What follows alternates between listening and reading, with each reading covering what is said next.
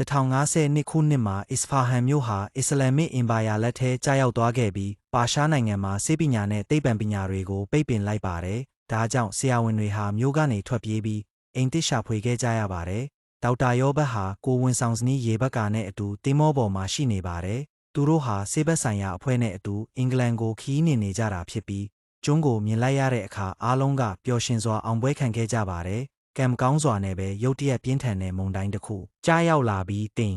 ဘောကိုထိန်းချုပ်မရဖြစ်သွားစေပါတယ်။တင်မောသားတွေကလမ်းကြောင်းမှန်အောင်စူးစမ်းနေချိန်မှာရေဘတ်ကာရဲ့ရေမြွာပေါက်သွားခဲ့ပြီးယောဘတ်ကကူညီပေးခဲ့လို့ချစ်စရာကောင်းတဲ့သားလေးတစ်ယောက်မွေးဖွားလာခဲ့ပါတယ်။ဒါပေမဲ့တင်မောဟာကြောက်ဆောင်တွေနဲ့တိုက်မိသွားတဲ့အတွက်ပျော်ရွှင်မှုတွေဟာခဏပဲခံခဲ့ပါတယ်။မနေ့ရောက်တော့အသက်ရှင်ကြံရသူတွေဟာကမ်းခြေမှာနိုးလာကြပြီးဒဏ်ရာရသူတွေနဲ့ရိတ်ခါတွေကိုလိုက်လံရှာဖွေကြပါတယ်။ကံကောင်းတာကသူတို့ရဲ့ဆေးပညာဗဟုသုတတွေပါတဲ့စာအုပ်ကတော့မပျက်စီးဘဲကျန်ရှိနေပါတယ်။ယောဘတ်ဟာသူ့ကလေးကိုကယ်တင်နိုင်ခဲ့ပေမဲ့ရေဘတ်ကာကိုတော့ဘယ်မှရှာမတွေ့ခဲ့ပါဘူး။ညနေပိုင်းမှာတော့သူတို့အဖွဲ့ဟာစခန်းချခဲ့ကြပြီးယောဘတ်ကတော့ဝမ်းနည်းပူဆွေးနေသေးပါသူ့သူငယ်ချင်းအိုက်ဆက်ကဆက်သွားဖို့ပြောတဲ့အခါယောဘတ်ကစိတ်တိုပြီးရေဘတ်ကာကိုမတွေ့မချင်းဒီမှာပဲနေမယ်လို့ပြောပါတယ်။အိုက်ဆက်ကလည်းစိတ်တိုသွားပြီးရေဘတ်ကာတေဆုံးသွားပြီဖြစ်ကြောင်းနဲ့မင်းညက်ကယောဘတ်ရဲ့အိမ်မက်အတွက်လူပေါင်းများစွာအသက်ပေးခဲ့ရကြောင်းပြန်ပြောလိုက်ပါတယ်။နောက်ဆုံးမှာတော့ယောဘတ်ဟာတတိဝင်လာပြီးသူတို့အဖွဲ့ဟာခီးဆက်ခဲ့ကြပါတယ်။နောက်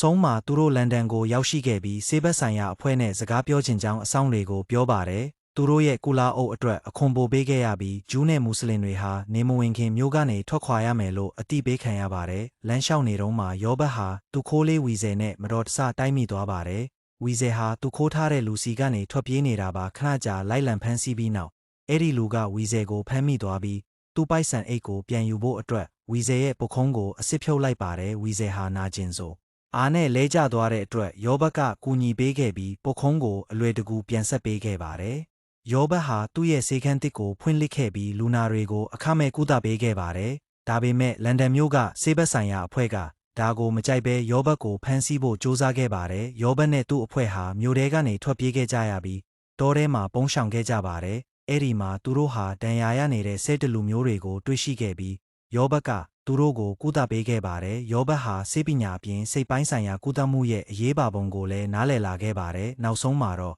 ယောဘတ်ဟာလန်ဒန်ကိုပြန်လာပြီးတရက်ဝင်ဘယင်မဖြစ်လာတဲ့အိုင်လင်းကိုကူညီပေးခဲ့ပါတယ်။နှစ်အတော်ကြာပြီးနောက်ယောဘတ်ဟာသူ့ရဲ့ဆေးပညာစာအုပ်မှာစိတ်ကျန်းမာရေးအကြောင်းကိုထည့်သွင်းရေးသားခဲ့ပြီးအိုင်လင်းကလည်းသူ့ကိုကျေးဇူးတင်စကားပြောကြားခဲ့ပါတယ်။ဗီဒီယိုကိုကြည့်ရှုပေးတဲ့အတွက်ကျေးဇူးတင်ပါတယ်။နောက်ထပ်ဗီဒီယိုတွေကြည့်ဖို့ဂျမ်ဂျယ်ရဲဆိုလှုပ်ထားပေးပါဦး။